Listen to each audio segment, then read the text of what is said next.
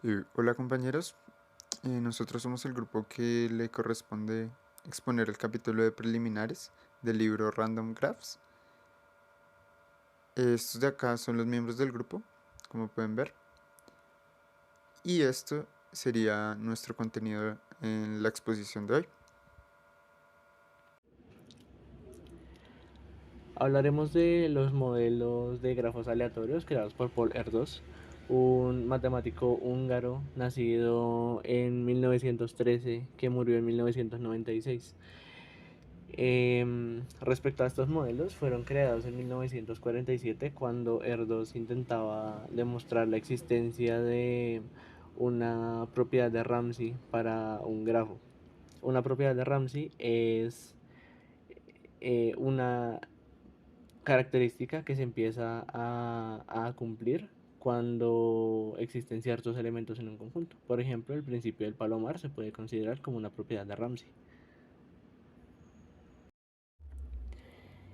El modelo propuesto por Erdős era bastante sencillo. Consistía en seleccionar aleatoriamente un grafo dentro de un conjunto de otros grafos todos con la misma cantidad de vértices. La probabilidad de escoger cualquiera de estos grafos era la misma. Entonces teníamos un espacio de probabilidad omega fp con omega el conjunto de los grafos con determinada cantidad de vértices, f la sigma álgebra de partes de omega y asimismo la función de probabilidad p sobre un elemento que se aplica para cada elemento de omega es igual a 2 elevado al negativo de la combinatoria de n elementos en grupos de 2.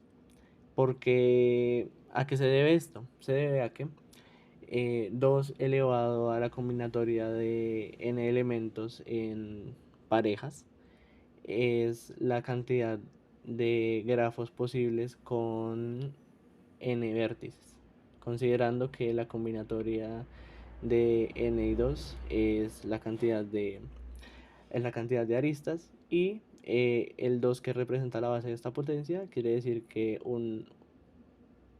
eh, una arista puede o no unir a dos puntos del grafo.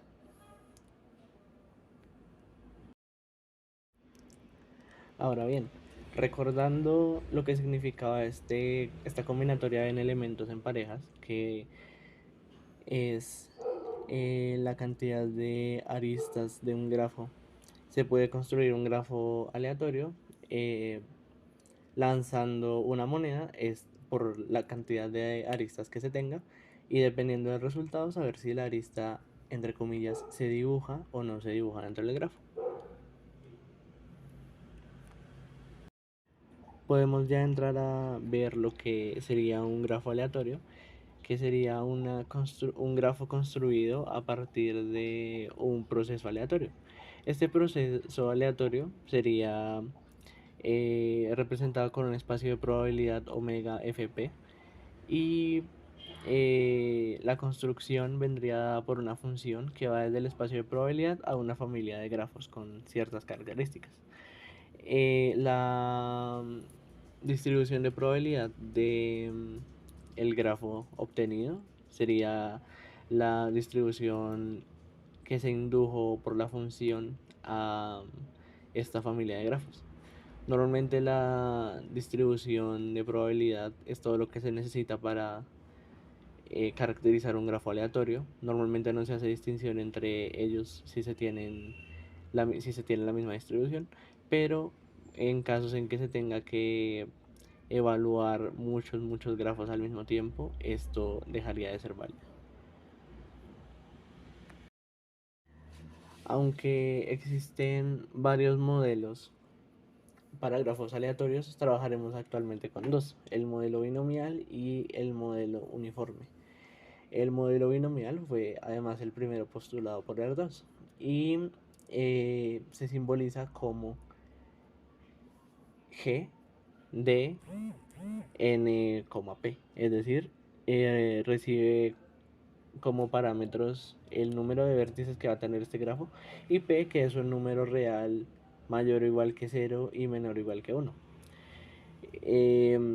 Para la función de probabilidad que nos dirá cuál es la probabilidad de encontrar nuestros grafos, de obtener un determinado grafo, se toma el espacio muestral de todos los grafos con determinada cantidad de vértices, n, y se dice que la probabilidad de obtener un grafo determinado g es igual a p, el parámetro que habíamos hablado, elevado a la cantidad de aristas del grafo, esto multiplicado por 1 menos p, y esto a su vez elevado por la cantidad de aristas menos la cantidad de aristas de nuestro grafo.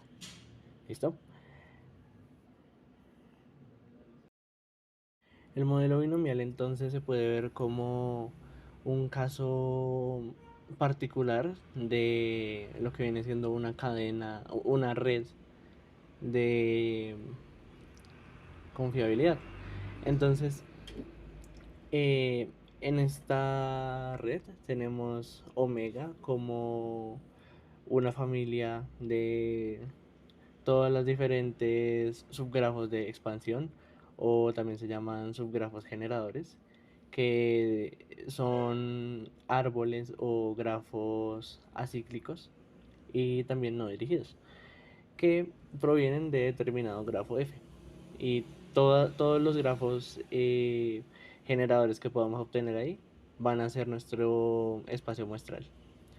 Ahora bien, la probabilidad de seleccionar una de estas es muy similar a la que habíamos trabajado anteriormente, que es p elevado a la cantidad de aristas del grafo G multiplicado por 1 menos p, que se eleva a la resta entre la cantidad de aristas del grafo original y de el subgrafo generador.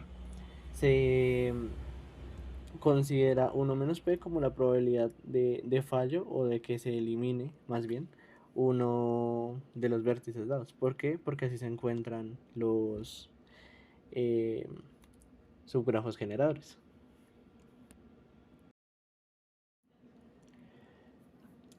Entonces, si tenemos un grafo completo, eh, f igual k sub n, un grafo completo de n vértices, recordemos cómo se notan este tipo de grafos aleatorios binomiales, que es g, que recibe como parámetros n y p. Y también resulta que podemos tener una extensión de esto a grafos bipartitos. Grafos k sub n, m, donde n y m son los vértices de cada partición del bipartito. Y el parámetro extra también se añade a la notación que tenemos para los grafos binomiales. Simplemente es para ser conscientes de su existencia, sin embargo no serán trabajados en esta sección. Una de las ventajas más grandes de nuestro modelo binomial es la independencia que se tiene de la cantidad de aristas. Sin embargo, esa también es su principal desventaja, considerando que no se sabe exactamente cuántas aristas tenemos y esta cantidad no está fijada. Si quisiéramos que una de las características fuera tener grafos exactamente con una determinada cantidad de aristas, se tendría que usar nuestro nuevo modelo, el modelo uniforme. Este modelo adiciona un parámetro m que oscila entre 0 y la cantidad máxima de aristas que se puede tener. Entonces, también se tiene una nueva característica en el espacio muestral, que son n vértices, grafos con n vértices y una cantidad fija de aristas. Los grafos que cumplen con esta característica se encuentran con la combinatoria entre el número máximo de aristas y las aristas deseadas. Por tanto, la función de probabilidad para encontrar un grafo determinado es el inverso de la combinatoria entre la cantidad de aristas máxima y las aristas deseadas, considerando que este grafo G va a pertenecer a nuestro espacio muestral. Algo que destacar sobre estos dos modelos es que en la mayoría de los casos son asintóticamente equivalentes. Esto es porque el valor esperado de los binomiales, que es la cantidad de vértices multiplicada por p, y de los uniformes, que simplemente es el valor m, es, eh, son cercanos, se acercan bastante. Dando mención a otro par de modelos, está en el modelo de árboles aleatorios, en el que se tiene una familia de n elevado a la n-2 árboles con n vértices etiquetados. Sin embargo, eso no se tomará en cuenta en este libro. Y otro modelo importante es el modelo de grafos R regulares, que es una familia de grafos de n vértices con eh, el mismo grado R.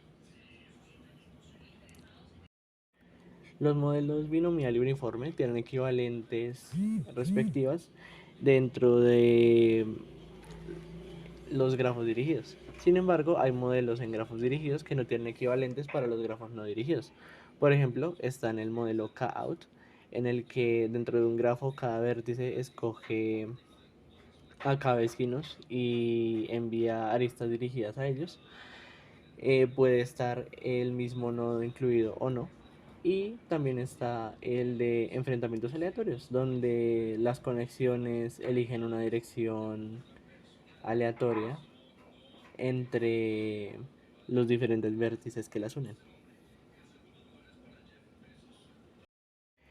Entonces, llegamos, ya teniendo la base de los modelos, llegamos a un nuevo concepto llamado procesos sobre grafos aleatorios. Los procesos en grafos aleatorios son procesos estocásticos que ilustran la evolución de un grafo en el tiempo. Entonces aquí ya vemos que se añade un nuevo parámetro, el parámetro t, que es el parámetro de tipo tiempo, que puede ser o bien continuo o bien discreto. Normalmente estos procesos se pueden ilustrar como una familia de grafos también, que comparten la misma distribución de probabilidad y por tanto pues el mismo espacio de probabilidad. Ahora, en este capítulo en sí se tratará con estos procesos, con la regla de añadir aristas sin necesidad de eliminarlas y tampoco modificar los vértices. En 1959, Erdős y Renyi crean un proceso sobre un grafo aleatorio bastante sencillo, en el que en el instante inicial este grafo no tiene aristas, sin embargo se le van añadiendo conforme avanza el tiempo. ¿De dónde se obtienen estas aristas? Del conjunto de aristas disponibles, que va reduciendo sus elementos conforme se van tomando para añadir al grafo. Estos elementos se seleccionan de forma aleatoria y cada elemento tiene la misma probabilidad de ser escogido porque es uniforme. La anotación de un proceso aleatorio y de este en particular se hace entre llaves y entonces se tiene la anotación de grafo aleatorio con los parámetros del número de vértices, la cantidad de eh, aristas deseadas y al final un subíndice de m también. El GIF ilustra, ilustra un poco cómo se va construyendo un grafo a partir de esto. Entonces, este se puede ver también como un proceso de Markov en el que el tiempo eh, arranca en 0 y termina en la cantidad de vértices que tenga este grafo. Conforme avanza el tiempo, cuando lleguemos al instante m-avo, vamos a ver que este coincide con el grafo uniforme de n vértices y m aristas. Similar a esto, esto también nos sirve para estudiar la evolución de un grafo aleatorio uniforme de variando su parámetro m. Entonces ahora trabajaremos un proceso aleatorio, pero ya en un entorno continuo. ¿Cómo se puede transformar esto en un entorno continuo si los grafos son de por sí de naturaleza bastante discreta? sencillo, podemos asociar una variable aleatoria de una distribución de probabilidad continua a cada una de las aristas. Entonces formamos parejas de aristas y variables aleatorias, teniendo tantas variables aleatorias como aristas haya en el grafo.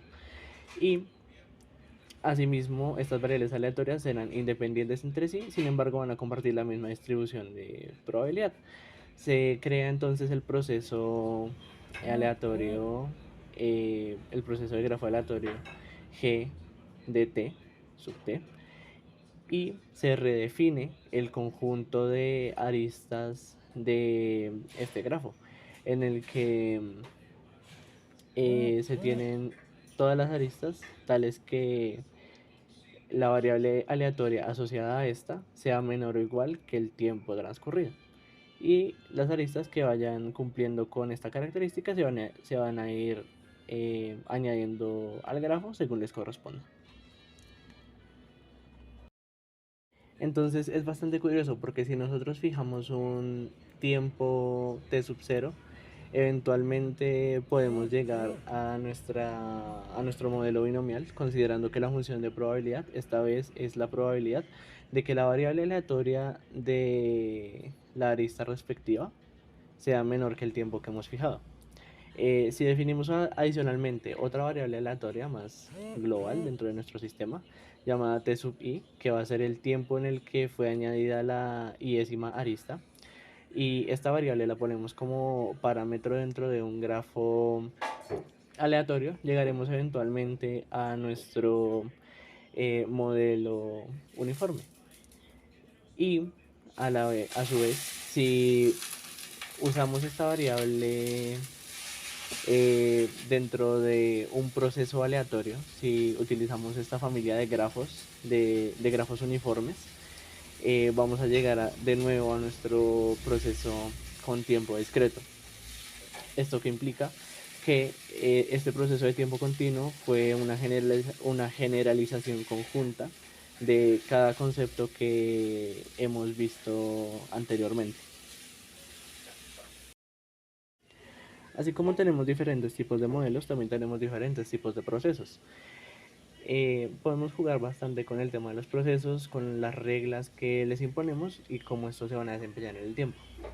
Tenemos varios ejemplos de procesos restringidos, de los cuales tocaremos principalmente dos. Uno fue formado en 1992 por Rusiski y Wormald, y este limitaba el grado del grafo a un grado D, considerando que ningún vértice podía superar este grado. Acababa generando una familia A de aristas que, al ser añadidas al conjunto de aristas original del grafo, no iba a alterar de forma negativa la regla de respetar el grado de nuestro grafo. Y adicional a esto, en 1995, R2, Suen y por último Winkler formularon otro proceso restringido en el que no se podían generar triángulos dentro de nuestro grafo al construirlo a lo largo del tiempo. Al final este sigue siendo un problema abierto, sin embargo ya se tienen aproximaciones de que es poder completar este proceso tarda entre C sub 1 n elevado a la 3 medios y C sub 2 n elevado a la 3 medios multiplicado por logaritmo de n respecto a complejidad computacional en pasos. Respecto a esta nueva sección, que son los subconjuntos aleatorios, diré que hemos venido trabajando con subconjuntos aleatorios durante el desarrollo de esta presentación. Sin embargo, lo hemos hecho de una forma bastante inconsciente. Así que después de introducir un poquito de notación, ahondaremos algo en el tema, en la superficie de lo que vendría siendo este tema. Bien, consideremos esta notación, que es un conjunto X entre corchetes con un superíndice K, que es un natural.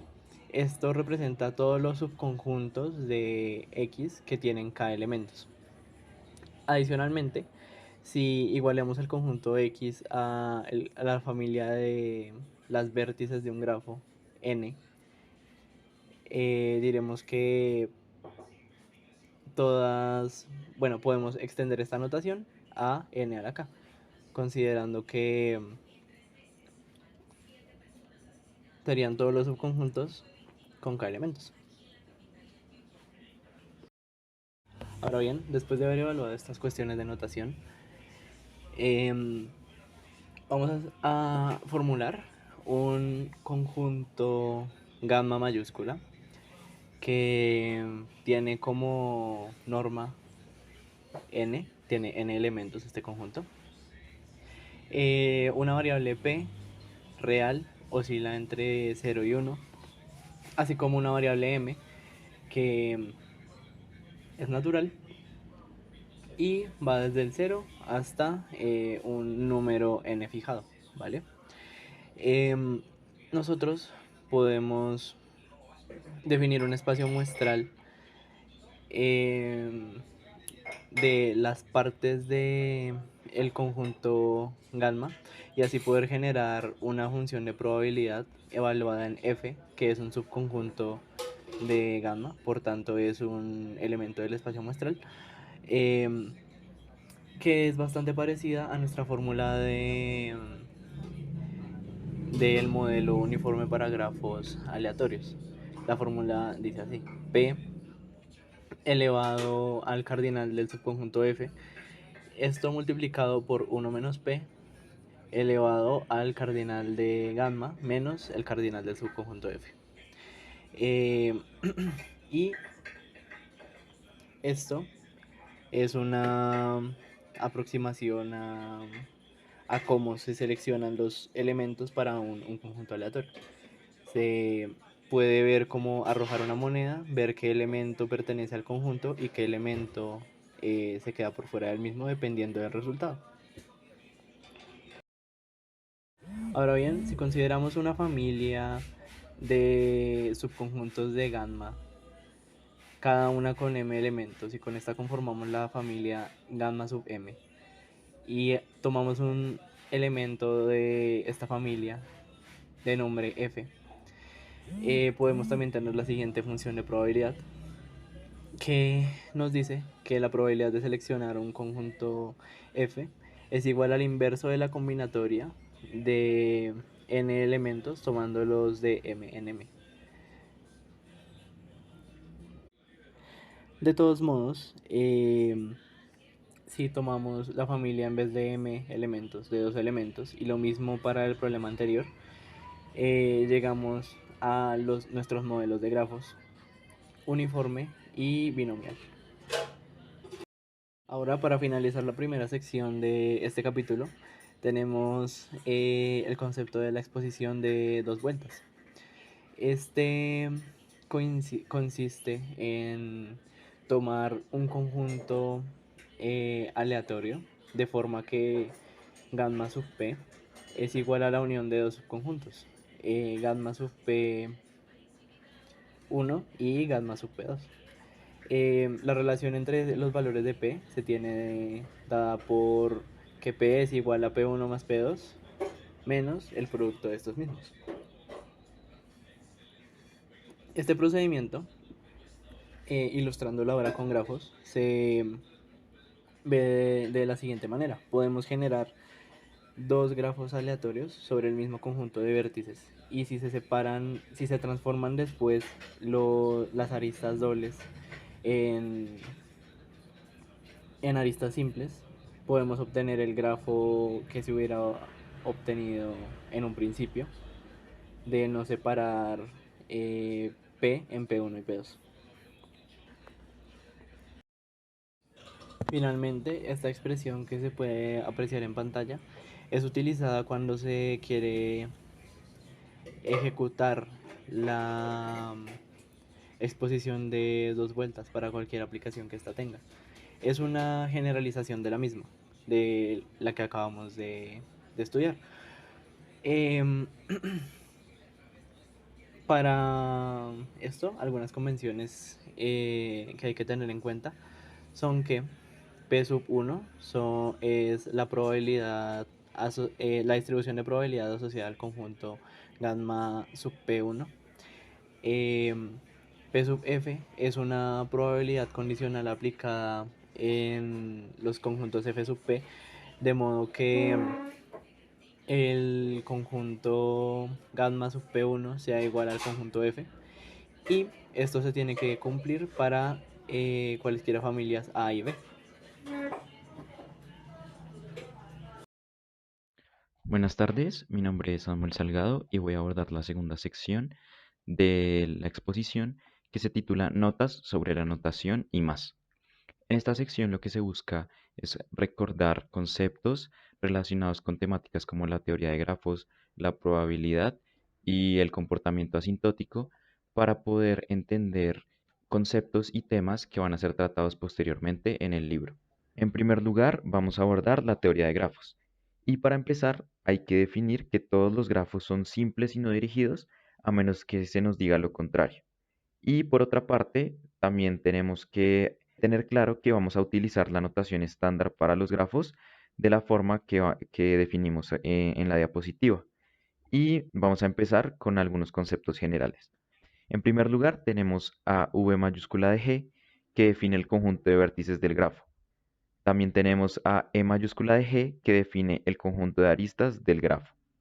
Tenemos a V minúscula de G, que denota el número de vértices del grafo, E minúscula de G, que denota el número de aristas del grafo, y D minúscula de G, que es igual al número de aristas del grafo sobre el número de vértices del grafo, y esto lo que nos define es la densidad del grafo. Para ejemplificar un poco lo que mencionamos, tenemos un ejemplo con un grafo que está definido y lo pueden ver en pantalla, y es el grafo G. Entonces vamos a empezar definiendo el conjunto de vértices del grafo, que serían el vértice 1, 2, 3, 4, 5, 6 y 7. También vamos a definir el conjunto de aristas del grafo. Para esto miramos con cuáles vértices se une cada vértice. Entonces empezamos. El vértice 1 se une con el vértice 2, el vértice 1 se une con el vértice 3, el vértice 2 se une con el vértice 3, el vértice 2 se une con el vértice 4, el vértice 3 se une con el vértice 4, el vértice 3 se une con el vértice 5, el vértice 5 se une con el vértice 7 y el vértice 5 se une con el vértice 8. Posteriormente tenemos el número de vértices del grafo. Pues eso es simplemente mirar la cantidad de elementos que tiene el conjunto V mayúscula de G. Para este caso van a ser 7. Y es similar con E minúscula de G, que es el número de aristas del grafo. Simplemente contamos cuántos elementos tenemos en el conjunto E mayúscula de G y obtenemos que son 8. Para la densidad del grafo, tenemos que es el número de aristas sobre el número de vértices. Entonces, para este caso sería 8 séptimos. Retomamos la notación de diferentes conceptos relacionados con los grafos con la densidad máxima del grafo, que se denota con m de g. También tenemos el grado mínimo y grado máximo. El grado mínimo se denota con delta minúscula de g y el grado máximo se denota con delta mayúscula de g. Tenemos también G de G, que es el número cromático. Acá vale la pena recordar que el número cromático es la menor cantidad de colores necesarios para colorear los vértices del grafo G sin que dos vértices vecinos tengan el mismo color. También tenemos D mayúscula de G, que es el número de degeneración, y alfa de G, que es el número de estabilidad del grafo. Por otra parte, tenemos N mayúscula de B, que representa las vecindades de un vértice B que se encuentra dentro del grafo. Esto quiere decir que representa todos los vértices con los cuales este vértice B está unido a través de una arista. Y también tenemos dec de V, que representa el tamaño del conjunto de vecindades del vértice, pues de un vértice definido. Y en esta parte de las vecindades, también es bueno recordar a las vecindades cerradas, que aparte de incluir todas las vecindades del vértice, incluyen al propio vértice. Bueno, acá también tenemos el ejemplo con el grafo G definido anteriormente y vamos a ver los valores para algunos de los conceptos que mencionamos anteriormente. Para el grado mínimo de este grafo tenemos 1, que está presente, por ejemplo, en el grafo 7, ya que nada más se une con el grafo 5 a través de una arista. Y el grado máximo, delta mayúscula de G, es 4 y ese lo podemos ver en el vértice 3, ya que se une con el vértice 5, el vértice 4, el vértice 2 y el vértice 1. Por otra parte, podemos también denotar el conjunto de vecindades del grafo 4 y en este caso van a ser los vértices 2 y el vértice 3. Y por último, podemos definir el grado de ese mismo vértice 4 y en este caso va a ser 2, que es el número de elementos que están presentes en el conjunto de vecindades. Podemos ahora continuar con los diferentes tipos de grafos. En esta exposición vamos a abordar 6 y el primero de ellos es el grafo nulo. Este es un grafo sin vértices ni aristas y como podemos ver está representado por el símbolo de vacío. El segundo grafo es el grafo vacío. Este es un grafo con vértices pero sin aristas. Y como podemos ver en esta imagen, pues tenemos 4 vértices que son Z, U, X y Y, pero no hay ninguna arista que los esté conectando entre ellos. Y por último, en esta diapositiva tenemos el grafo completo. En el grafo completo todos los pares de vértices están conectados por una arista. Y pues en esta imagen de este grafo completo pues se puede evidenciar. Continuamos con el grafo completo bipartito. Este grafo está conformado por dos conjuntos disjuntos de vértices y todas las posibles aristas que unen a esos conjuntos de vértices. Entonces, en la imagen podemos ver un conjunto de vértices a la izquierda, un conjunto de vértices a la derecha y cómo se va uniendo cada vértice de la izquierda con todos los vértices de la derecha. Y pues este proceso se repite. Tenemos el grafo ciclo, que este simplemente es un grafo que consiste en un camino simple cerrado. Pues acá en la imagen podemos ver un ejemplo del grafo ciclo. Y por último tenemos el grafo camino. Este tiene dos vértices de grado 1 que están a los extremos y el resto de sus vértices son de grado 2. Entonces, pues esto se puede evidenciar claramente. Al inicio se ve que el vértice es de grado 1, ya que simplemente tiene una arista que lo conecta con el siguiente y el vértice del final también tiene solamente una arista, mientras que todos los del medio son de grado 2 porque se van conectando entre ellos. De la misma forma, vamos a abordar los diferentes tipos de subgrafos, empezando por el subgrafo inducido de un grafo. Este se construye a partir de un subconjunto de vértices del grafo original y de las aristas relacionadas con estos vértices. Entonces, en el ejemplo podemos observar un grafo de 8 vértices y podemos ver cómo se genera un subgrafo a partir de 4 de los vértices del grafo original y de las aristas que establecen relaciones entre este subconjunto de vértices del grafo original. Entonces se genera un subgrafo que tiene como vértices el 0, 0, 0, 0, 0, 1, 0, 1, 1, 1, 1, 1 y 1, 1, 0. De esta forma se genera un grafo a partir de un grafo original. Continuamos con el subgrafo abarcador. Este se construye con todos los vértices del grafo original, pero nada más se utilizan algunas aristas, no se utilizan todas. Y en el ejemplo podemos observar esto. Vemos que todos los vértices son los puntos de color rojo y las aristas del grafo original son las azules más las que son como de color café. Y podemos ver cómo se genera el subgrafo abarcador en el que se utilizan todos los vértices rojos, pero nada más se utilizan las aristas azules. Y por último tenemos la copia de un grafo, que estos son todos los subgrafos que son isomorfos a un grafo G, por ejemplo. Entonces acá tenemos G1 y es isomorfo con el grafo G2. Y pues esto significa que se cambia la distribución espacial de los vértices, pero no cambian las relaciones que existen entre estos a través de las aristas. Entonces se obtiene una figura diferente, por decirlo así, pero sigue siendo igual la relación entre vértices y aristas. Ahora entramos en la temática de probabilidad y vamos a empezar recordando la notación de diferentes distribuciones, empezando por la distribución binomial, que se denota como BI con parámetros n y p. Bernoulli se denota como BE con parámetro p. Poisson se denota como PO con parámetro lambda. Y la distribución normal se denota como n con parámetros mu y sigma cuadrado. En las imágenes podemos observar gráficas de las distribuciones que mencionamos anteriormente. También existen otros conceptos que son importantes para la comprensión de las temáticas que van a ser tratadas en el libro. Podemos empezar, por ejemplo, con X pertenece a L, que esto se usa para denotar que X es una variable aleatoria y tiene una distribución L.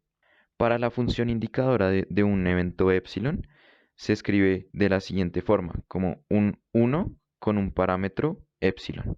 Ahora, e de x representa el valor esperado de una variable aleatoria x. Var de x representa la varianza de una variable aleatoria x. Cop con parámetros x y y representa la covarianza entre dos variables aleatorias x y y. Para definir la esperanza condicional de x dado un evento epsilon, se escribe de la siguiente forma. E con paréntesis y adentro va x dado epsilon. En probabilidad también es importante resaltar dos desigualdades que son importantes para demostraciones que se realizarán posteriormente en el libro. Estas son la desigualdad de Chebyshev y la desigualdad de Markov. Empezaremos por la desigualdad de Chebyshev. La expresión matemática la podemos ver en pantalla y básicamente la desigualdad de Chebyshev lo que hace es proporcionar una estimación de la probabilidad de que una variable aleatoria, en este caso x, con una varianza finita, se sitúe a una cierta distancia de su esperanza matemática o de su media. Pues en este caso, en la expresión tenemos la esperanza matemática que es e de x. Y por otro lado tenemos la desigualdad de Markov. La desigualdad de Markov lo que hace es proporcionar una cota superior para la probabilidad de que una función no negativa de una variable aleatoria sea mayor o igual que una constante positiva. En pantalla también podemos observar la expresión matemática para la desigualdad de Markov. Como les mencionaba anteriormente, es importante comprender o por lo menos conocer estas dos desigualdades, ya que serán utilizadas posteriormente. Se menciona también la ley de la probabilidad total, la cual establece que para cualquier partición del espacio de probabilidad omega, que está compuesto por la unión de los diferentes eventos epsilon y cualquier variable aleatoria x definida en omega, se tiene la siguiente expresión matemática, y es que el valor esperado de x es igual a la sumatoria del valor esperado de x dado epsilon sub i por la probabilidad de epsilon sub i. La ley de la probabilidad total cumple una función parecida a las dos desigualdades mencionadas anteriormente, y es que ayuda a hacer demostraciones y a probar postulados que se establecen en el libro. Se definen dos tipos de convergencia, una en probabilidad y la otra en distribución. Vamos a empezar por la convergencia en probabilidad. En esta se denota que x de n variables aleatorias convergen en probabilidad a una constante a y matemáticamente se escribe como se ve en pantalla. Y para esto también se tiene una condición, y es que la probabilidad del valor absoluto de x sub n menos a sea mayor que epsilon y que todo esto tienda a cero para todo epsilon mayor que cero. En la convergencia en distribución se denota que x sub n variables aleatorias convergen en distribución a otra variable aleatoria z y se escribe como se ve en pantalla. En esta convergencia también se tiene una condición, y es que la probabilidad de x sub n menor o igual que x tiende a la probabilidad de z menor o igual que x. Un factor importante a tener en cuenta en cuanto a las distribuciones es que la convergencia en distribución no implica convergencia de la secuencia de medias ni varianzas. Ahora entraremos en el tema del comportamiento asintótico. Para definir este comportamiento se usan diferentes notaciones. Vamos a destacar tres de ellas: la notación big omega, la notación big theta y la notación big O. La notación big omega se usa para acotar el crecimiento del tiempo de ejecución por abajo. La notación big theta se usa para dar un valor exacto o acotar el tiempo de ejecución entre límites muy estrechos. Y la notación big O se usa para acotar el crecimiento de un tiempo de ejecución que está dentro de factores constantes por arriba y por abajo. A partir de estas notaciones se pueden sacar otras conclusiones y generar nuevas definiciones matemáticas con respecto a los grafos. Por el mismo camino llegamos a las asintóticas de probabilidad, las cuales están relacionadas directamente con las notaciones asintóticas que mencionamos anteriormente. Sin embargo, para evitar combinar el uso de dos notaciones asintóticas diferentes, se les añade una P o una C a los símbolos que representan las diferentes notaciones, ya sea a O, a omega o a teta. En esta parte también es importante mencionar que se dice que un evento epsilon sub n es asintóticamente casi seguro si la probabilidad de epsilon sub n tiende a 1. A partir de las modificaciones que se le realizan a los símbolos que acompañan a las notaciones, se obtienen las siguientes expresiones: con x sub n variables aleatorias y a sub n números reales positivos.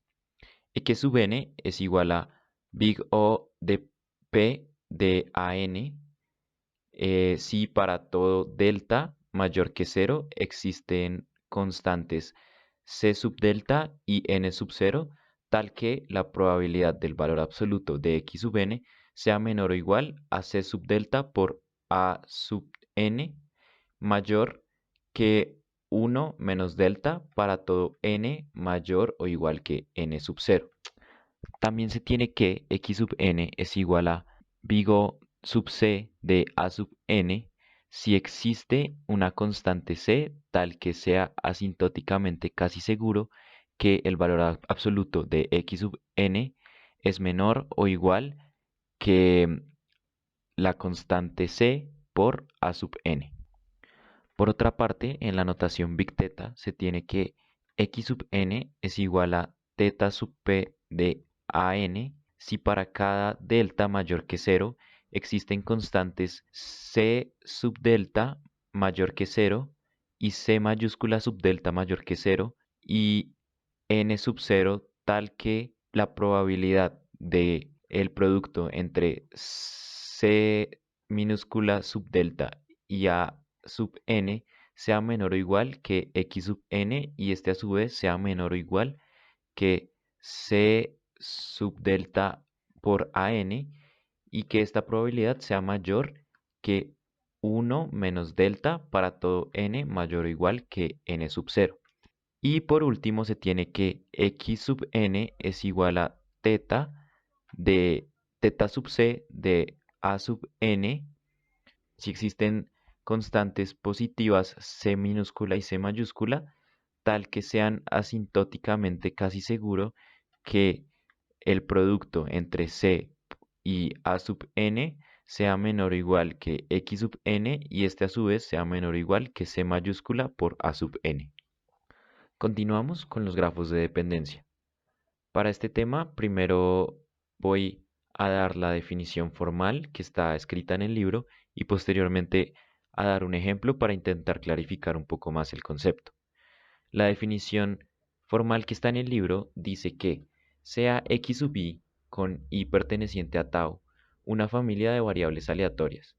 Un grafo de dependencia para x sub i es cualquier grafo L con un conjunto de vértices B de L igual a tau, tal que si A y B son dos conjuntos disyuntos de tau con el conjunto de aristas comunes entre A y B igual a 0, entonces las familias x sub i, donde i pertenece a A, y x sub i, donde i pertenece a B, son mutuamente independientes. El ejemplo que se tiene es el de este grafo. Acá podemos observar a la izquierda una familia que sería A y a la derecha otra familia que sería B. Lo que nos mencionan los grafos de dependencia es que la familia del lado izquierdo no cuenta con ninguna arista común con la familia del lado derecho. Y de esta forma podemos decir que estas dos familias son mutuamente independientes. Por último, tenemos el principio de subsecuencia, el cual establece que para cada subsecuencia de una secuencia hay una subsubsecuencia convergiendo a un límite A. Entonces, toda la secuencia debe converger al mismo límite. Lo que podemos abstraer de este principio de subsecuencia es que si tenemos un problema grande, lo que podemos hacer es dividirlo en problemas más pequeños y al hallar una solución a uno de esos problemas pequeños, es probable que el problema grande también vaya hacia esa solución. Por último, nos recuerdan que la base de todos los logaritmos es e, el número e, a menos que nos especifiquen lo contrario. Monotonicidad. Una familia de subconjuntos Q contenida en 2 a la gama es llamada creciente si A contenido en B y A pertenece a Q implica que B pertenezca a Q. Una familia de subconjuntos es decreciente si su complemento en 2 a la gama es creciente o, equivalentemente a esto, si la familia de los complementos en gamma es creciente. Una familia que es creciente o decreciente es llamada monótona. Una familia Q es convexa si A contenido en B y contenido en C y A y C pertenecientes a Q implican que B pertenezca a Q. Se identificaron las propiedades de subconjuntos de gamma con las correspondientes familias de todos los subconjuntos teniendo la propiedad. Así, usamos la misma notación y terminología para las propiedades, igual que en el libro. En el caso especial, en el cual gamma es igual a n al cuadrado, cualquier familia Q contenida en 2 a la gama es una familia de grafos y, si esta es cerrada bajo isomorfismo, esta puede ser identificada con una propiedad de grafo. Algunos ejemplos de propiedades de grafos crecientes son estar conectado, contener un triángulo y tener un emparejamiento perfecto. Automáticamente, las negaciones de todos estos son decrecientes. Las propiedades de grafos naturales decrecientes incluyen tener al menos k vértices aislados, tener a lo máximo k aristas y ser plano. La propiedad de tener exactamente k vértices aislados es un ejemplo de una propiedad convexa pero no monótona, mientras el componente más largo es un árbol, no es ni siquiera convexa. Es normal esperar que la probabilidad de que un conjunto aleatorio caiga en una familia creciente de conjuntos aumenta cuando lo hace el tamaño del conjunto aleatorio. De hecho, esto es lo que sucede. Tenemos que Q es una propiedad creciente de subconjuntos de gamma. 0 es menor o igual que P sub 1, menor o igual que P sub 2, menor o igual que 1. Y 0 es menor o igual que M mayúscula sub 1, menor o igual que M mayúscula sub 2 y este es menor o igual que N. Entonces, la probabilidad de que gamma sub P1 pertenezca a Q es menor o igual que la probabilidad de que gamma sub P2 pertenezca a Q. Y la probabilidad de gamma sub M1 pertenezca a Q es menor o igual que la probabilidad de gamma sub M2 pertenezca a Q. Para este siguiente lema tenemos que Q es una propiedad convexa de subconjuntos de gamma y que M sub 1, M sub 2 son tres funciones enteras de n que satisfacen la condición de que 0 es menor o igual que M sub 1, este siendo menor o igual que M, y este siendo menor o igual que M sub 2, y este siendo menor o igual que n. Entonces tenemos que la probabilidad de gamma sub pertenezca a Q es mayor o igual que la probabilidad de que gamma sub M1 pertenezca a Q, sumándole la probabilidad de que pertenezca a Q menos 1. Capítulo 1.4. Equivalencia asintótica. En esta sección se examina la equivalencia asintótica de los modelos gamma sub P y gamma sub M. El objetivo es establecer las condiciones bajo las cuales la convergencia de la probabilidad de que gamma sub P pertenezca a Q implica la convergencia de la probabilidad de que gamma sub M pertenezca a Q al mismo límite y viceversa. Proposición 1. Condiciones. Sea Q una propiedad arbitraria de subconjuntos de gamma de n, sea P de n perteneciente al intervalo cerrado entre 0 y 1, y sea A un número mayor o igual a 0 y menor o igual a 1. Proposición.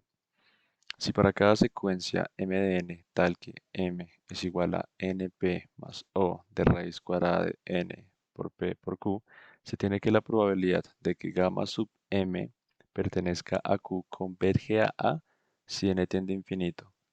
Entonces, también se tiene la probabilidad de que gamma sub p pertenezca a q converge a si n tiende a infinito. Proposición 2. Condiciones. Sea Q una propiedad monótona de subconjuntos de gamma de n, sea m mayor o igual a 0 y menor o igual a n, y sea A un número mayor o igual a 0 y menor o igual a 1. Proposición. Si para cada secuencia P de n perteneciente al intervalo cerrado entre 0 y 1, tal que P es igual a m sobre n más o de raíz cuadrada de m por n menos m sobre n al cubo, se tiene que la probabilidad de que gamma sub p pertenezca a q converge a A. Entonces, la probabilidad de que gamma sub m pertenezca a q converge a A si n tiende a infinito. Proposición 3. Condición. Sea q una propiedad convexa de subconjuntos de gamma y sea m un número entre 0 y n. Proposición. Si la probabilidad de que gamma sub m sobre n pertenezca a q converge a 1 si n tiende a infinito, entonces la probabilidad de que gamma sub n pertenezca a q converge a 1. Corolario. Sea q una propiedad creciente de subconjuntos de gamma y m de n tiende a infinito, asumiendo también que delta mayor que 0 es fija y 1 más o menos delta por m sobre n es mayor o igual a 0 y menor o igual a 1. Primero, si la probabilidad de que gamma sub m sobre n pertenezca a q tiende a 1, entonces la probabilidad de que gamma sub m pertenezca a q también tiende a 1. 2. Si la probabilidad de que gamma sub m sobre n pertenezca a q tiende a 0, entonces la probabilidad de que gamma sub m pertenezca a q también tiende a 0. 3. Si la probabilidad de que gamma sub n pertenezca a q tiende a 1, entonces la probabilidad de que gamma sub 1 más delta por m sobre n pertenezca a q también tiende a 1.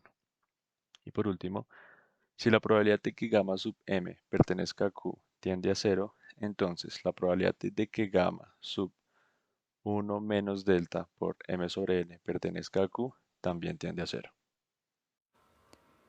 En el libro se menciona que para el autor el más intrigante descubrimiento hecho por Erdős y Renyi en su investigación de grafos aleatorios es el fenómeno del umbral.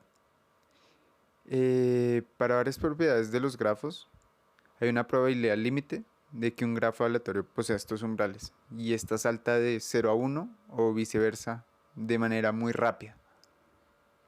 Es un aumento pequeño en el número de aristas y este comportamiento pues no es solo una característica de los grafos aleatorios, sino que se mantiene también para propiedades monótonas de subconjuntos aleatorios arbitrarios. Si consideramos una propiedad Q de subconjuntos aleatorios de una secuencia gamma de n de conjuntos con n mayúscula de n igual a el valor absoluto de gamma de n, Bueno, ahora tenemos que si esta propiedad Q fuera creciente y la secuencia de P con virguilia igual a P con virguilia de n sería llamada un umbral si la probabilidad de gamma sub P pertenece a Q es 0 si P es mucho menor que P con virguilia y 1 si P es mucho mayor que P con virguilia. Ahora los umbrales M con virguilia igual a M con virguilia de n para el modelo uniforme son definidos analógicamente por la probabilidad de gamma sub m perteneciente a Q sería 0 si m es mucho menor que m con virguilia y 1 si m es mucho mayor que m con virguilia. Ahora, para evitarnos complicaciones, lo que hacemos es asumir que m con virguilia pues es mayor o igual que 1. Ahora corresponde hablar sobre los umbrales óptimos. Teniendo en cuenta que delta de E es igual a P de 1 menos un epsilon menos P de epsilon, umbral de epsilon, tal que este epsilon oscile entre 0 y un medio. Pensemos en un epsilon de tal manera que el delta de epsilon sea una medida del ancho de un umbral. Entonces, para cada epsilon fijo, tendremos que delta de E está acotado inferiormente por, por lo que es una P con virgulilla. Más precisamente, para una propiedad creciente cualquiera llamada Q, de tal forma que 0 y un medio sea el intervalo en el cual pueda estar epsilon. De esta manera se cumple que la razón entre P de 1 menos epsilon y, P de epsilon está ubicada entre 1 y la función techo de epsilon a la menos 1 y multiplicado por el logaritmo de epsilon a la menos 1. Bueno, dado que hay propiedades monotónicas que tienen umbrales más óptimos que otras, surgen veces en que se cumple que para cada, para cada valor n mayor que 0, tenemos un espacio de probabilidad en el cual delta de gamma de P pertenece a Q. Puede ser 0 si P es menor a 1 menos n multiplicado por la P con virgulilla, o 1 si P es mayor o igual que 1 más n multiplicado por el P con virgulilla. A este símbolo, a esta P en específico, la conocemos como un umbral óptimo o agudo. Teniendo en cuenta la imagen de la notación O y notación omega para basarnos, la existencia de un umbral óptimo es equivalente a P de epsilon con n dividido entre P de un medio con n, que teniendo en cuenta que esta relación se aproxima a 1 mientras n va haciéndose cada vez más grande. Y todo esto mientras para cada epsilon que sea mayor que 0, pero a su vez menor que 1. Así, entonces la medida del ancho del umbral, lo que lo conocemos como el delta de epsilon, es, es O del umbral óptimo, es decir, que está acotado inferiormente por el umbral óptimo. Y esto para cada epsilon fijo. Si por el contraste existe algún epsilon mayor que 0, de manera que el delta de E esté acotado superior e inferiormente por el delta de P, es decir, esté asintóticamente ajustado por el umbral óptimo, a este umbral lo vamos a conocer como un umbral grueso. Bueno, entonces, ayudándonos de la imagen con respecto a las notaciones de Big O y Big Theta, por ejemplo, tenemos que la existencia de un umbral óptimo es equivalente a P de epsilon basado en n sobre P de un medio basado en n, que esta razón se aproxima cada vez más a 1, mientras n es un número cada vez mayor. Y esto teniendo en cuenta también que epsilon es mayor a 0 pero menor a 1. Entonces así la medida del ancho del umbral pasa a conocerse como el delta de epsilon y que está acotada inferiormente por O de P con virgulilla del umbral para cada epsilon fijo. Si en contraste existe algún epsilon mayor que 0, de manera que el ancho del umbral esté acotado tanto inferiormente como superiormente como por el umbral, el umbral óptimo, a este umbral pasa a conocérselo como un umbral grueso. Entonces pasamos a definir los umbrales óptimos y gruesos para gamma de m, en tanto si el umbral y m con virgulilla, que sería también un umbral óptimo, son iguales a P multiplicado por el gamma. Y que ambos umbrales son los correspondientes respectivamente para gamma de P y gamma de M, teniendo en cuenta también de que M pues se puede hacer cada vez más y más grande, entonces tiende a infinito. Entonces P es un umbral óptimo si y solo si M también lo es. Por ejemplo, podemos tener la igualdad de que P es igual a logaritmo de n sobre n. Este es un umbral, por ejemplo, para vértices aislados. En este caso, el ancho del umbral está acotado ajustadamente por la razón 1 sobre n.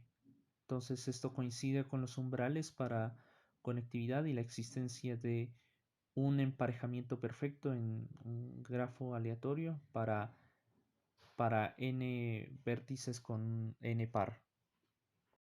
Mientras tanto, en 1996, Friedwood y Calais demostraron que el ancho del umbral está acotado inferiormente por la razón 1 sobre logaritmo de n para cada propiedad monotónica de un grafo. Al año siguiente se mejoró esta cota a O de 1 sobre logaritmo en base 2 menos delta de n para cada delta mayor a 0. Y se imagina que en el ancho absoluto del umbral en realidad llegaría a estar acotado por la razón 1 sobre el logaritmo base 2 de n. Asimismo, la cota estimada 1 sobre el logaritmo de n para un umbral óptimo arbitrario que mejora mientras más próximo está a 0. Y en particular, es un umbral P tal que logaritmo 1 sobre P es igual a, se está acotado inferiormente por logaritmo de n, siempre se dirá que es óptimo. Aunque si el umbral desciende en una potencia de n, el teorema que afirma que para cada epsilon que está en el intervalo de 0 y 1. Entonces existirá una constante C de epsilon tal que para cada propiedad monotónica de un grafo se cumple la siguiente igualdad. P, no desigualdad, P de 1 menos epsilon basado en n es menor o igual a la suma entre P de epsilon y n más la constante multiplicada por P de epsilon por n por logaritmo de 2 sobre P epsilon n, todo esto sobre logaritmo de n. Y entonces, si esto pasa, si el umbral va descendiendo en una potencia de n, en una razón constante, entonces pasa a ser una estimación del umbral óptimo.